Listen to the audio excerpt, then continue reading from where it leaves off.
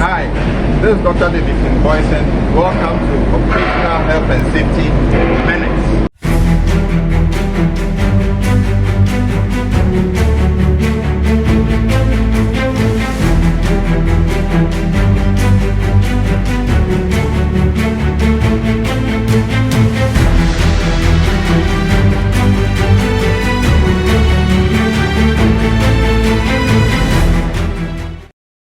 In this episode, we'll be discussing risk assessment process.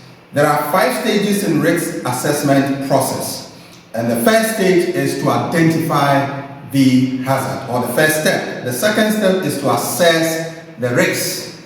The third step is to evaluate the existing controls. And the fourth step is to implement additional risk controls. And finally, you do monitoring and review. Now, so let's look at the first stage where we identify the hazards. Now, hazard identification is a process of examining each work area for the purpose of finding out the hazard inherent in the job. Now, work areas include but are not limited to machine shops, laboratories, office areas, stores, lecture theaters, and teaching spaces. Now, health safety legislation requires that employers, in consultation with employees, identify all hazardous situations which could result in any person in the workplace being harmed. And the hazard identification process requires that 1.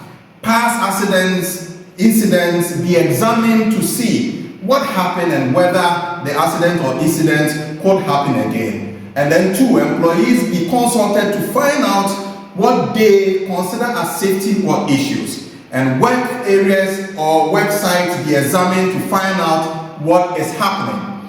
And also information about equipment, example plans, operating instructions, and safety data sheets to be reviewed to see what is said about safety precautions. And finally, any hazard which is identified by this process should be recorded in a risk assessment and control sheet in each work area. So that is the first stage, identify the hazard, identification of what? The hazard. Now the second step is assess risk.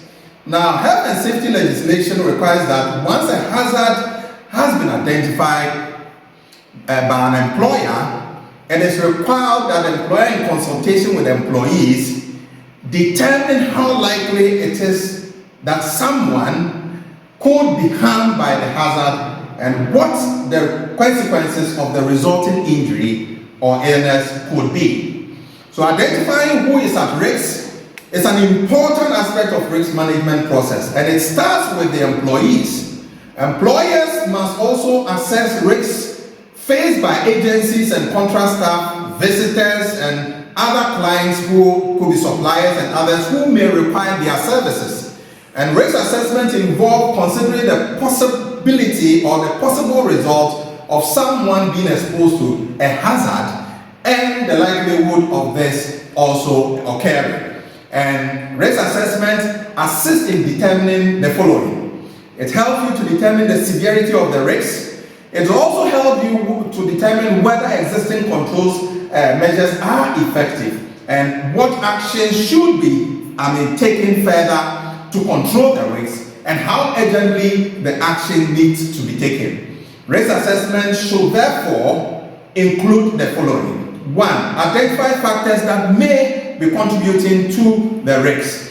And you also have to review the safety, health and safety information, especially from the authoritative source and its relevance to the particular hazard being identified. And then the third one is evaluation of how severe the harm could be. And this requires that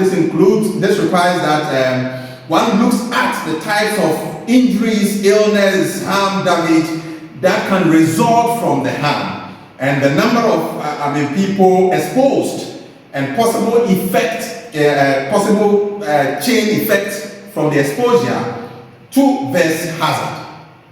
Okay, so and then you also have to look at the evaluation of how the hazard may cause the harm, and this includes examining how work is completed and also whether existing control measures are in place and whether the control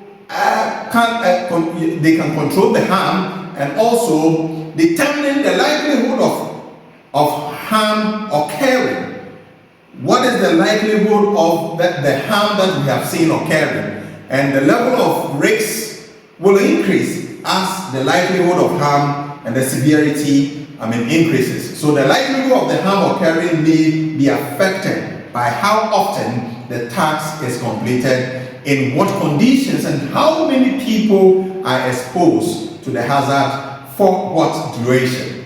And also, you also identify the actions necessary to identify or control the risks. And finally, keep records of the actions that are taken. Okay, so record keeping of those actions that are taken are very, very important. So this is part 1 of the risk assessment process. In our next episode, we are going to look at part 2. Thank you so much, and see you in the next episode.